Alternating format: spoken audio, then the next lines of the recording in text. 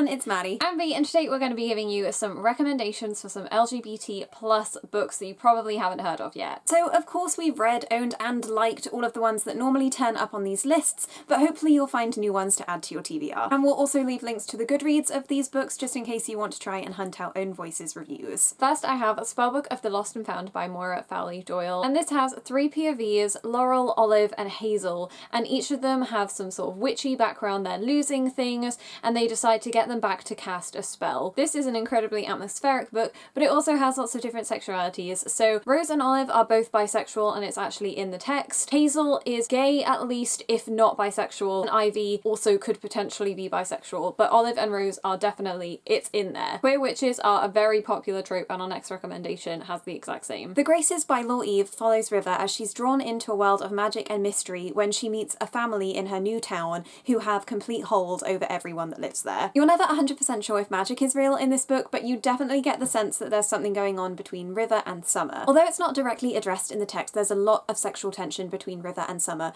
and we're hoping in the next book, The Curses, which takes place from Summer's perspective, will hopefully shed some light on this. There's also an MM relationship which comes into play halfway through this book, so this one has a lot to offer. Next we have We're All Made of Molecules by Susan Nielsen, and this is a slightly more unconventional pick because the MM relationship it features is actually Ashley's parents. This is told from 2 POVs, Stuart and Ashley's parents have recently got divorced because her dad came out as gay, and everyone loves present parents in YA, and this one deals with some really important issues. Ashley is super whiny and doesn't handle it well, so be prepared for that, but it's an interesting dynamic if a similar thing has happened to you and you're looking for something that you can relate to. Next is All of the Above by Juno Dawson, which we talked a little bit about in our guide to Juno Dawson, which we'll leave in the cards. But this tells the story of Tori, who is new to her town and gets introduced to this really fun and diverse friendship group. Tori manages to have a crush on 2 people, Poppy and Nico, and this book is about her determining her own sexuality and how comfortable she feels with that, and trying to put a label on her feelings when she's not really sure what those feelings are. There's also a background character called Daisy who identifies as asexual, and that's a term that's used in the book, so that's really great. And while gay best friend is something normally to steer away from because it's a stereotype, he is a really prominent character in this story as well, so if you're looking for something that does conquer all of the above, then we totally recommend this one. Next we have None of the Above by I.W. Gregorio, and you're probably fed up of us talking about this now because it is one of my absolute favourites.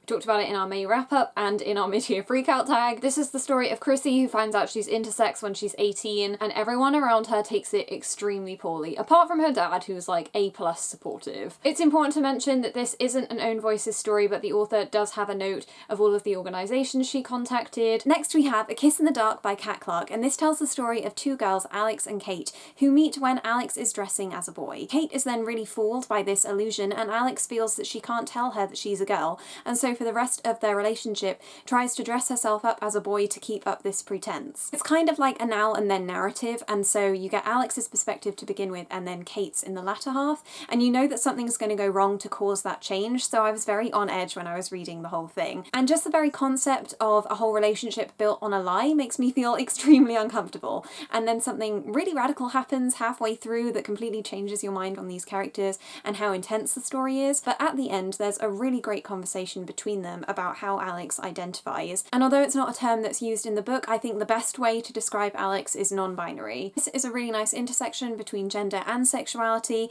and asks some really important questions about relationships and what people are comfortable with, and finding comfort in yourself. So if you can deal with curling your toes for a little bit, this one is definitely worth reading if you're interested in the sound of it. My next recommendation is Alex as Well. Now this doesn't use the term trans or intersex, but now I know more about intersex, I have a feeling that that is what Alex identifies as. This is the story of Alex, who is now mostly identifying as female, although she has a male voice in the back of her head, and her 2 personalities of male and female are kind of fighting out in her body, and she doesn't really know which one she wants to be. This also deals a lot with the relationship that a trans or intersex character can have with their parents, one being very supportive and one being incredibly not, so it's an intense read, and you will probably hate the mother more than you've ever hated a character any time before. It's kind of a shame that neither of the terms are used here, but I'm pretty sure you can be trans and intersex, so I'm just gonna say it's branching under both. Next we have Dreadnought by April Daniels, which tells the story of Danny, who identifies as a transgender female, and one night she's just sat on a rooftop minding her own business, painting her nails,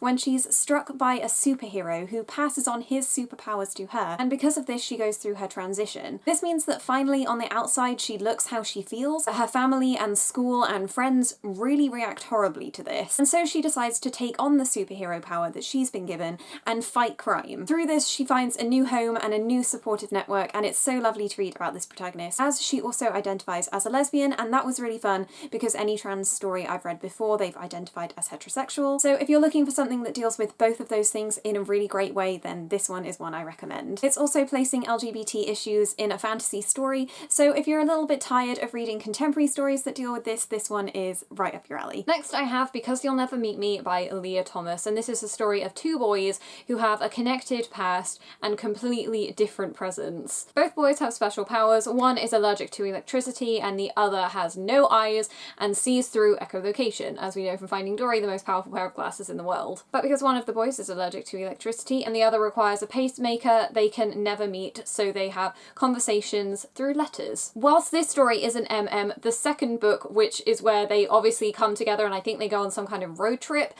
is. So this has the very developing start of an MM relationship. So if you are fed up of that insta-love or relationships happening really quickly, then you can get invested in this duology, or it might be a continued series, but at the moment there are only 2 books, and you can follow these characters and fall in love with them over 2 stories. Next we have Arabelle by Laura Dockrill, which introduces the new character Arabelle, who engages in an FF relationship. The term lesbian isn't a mermaid term, instead they use the term tessellate when they mean intercourse, so it's not actually there in the text, but it's something that's very, very normal for mermaids, and that's a society I want to live in. The relationship between Arabelle and her significant other is super sweet. This was such an interesting thing for Laura Dockrill to add to the mythology of mermaids, and something that made me love the story even more, so if you're looking for another diverse fantasy, then pick this one. Next I have Cherrylight by Lindsay Rasheen, and this is the story of 4 girls who decide they need to lose their virginity. This is a very sex-positive story. It's basically sex education, and these 4 girls have very different interactions with boys, and one girl is coming to the realization that she might not be straight. If you're sex repulsed, then I would not recommend it, and although I do not like the concept because that just seems very weird and wrong, the actual journeys that these 4 girls go through are very important stories to be told. So if you're feeling annoyed at the sex in YA and how metaphorical and random it is,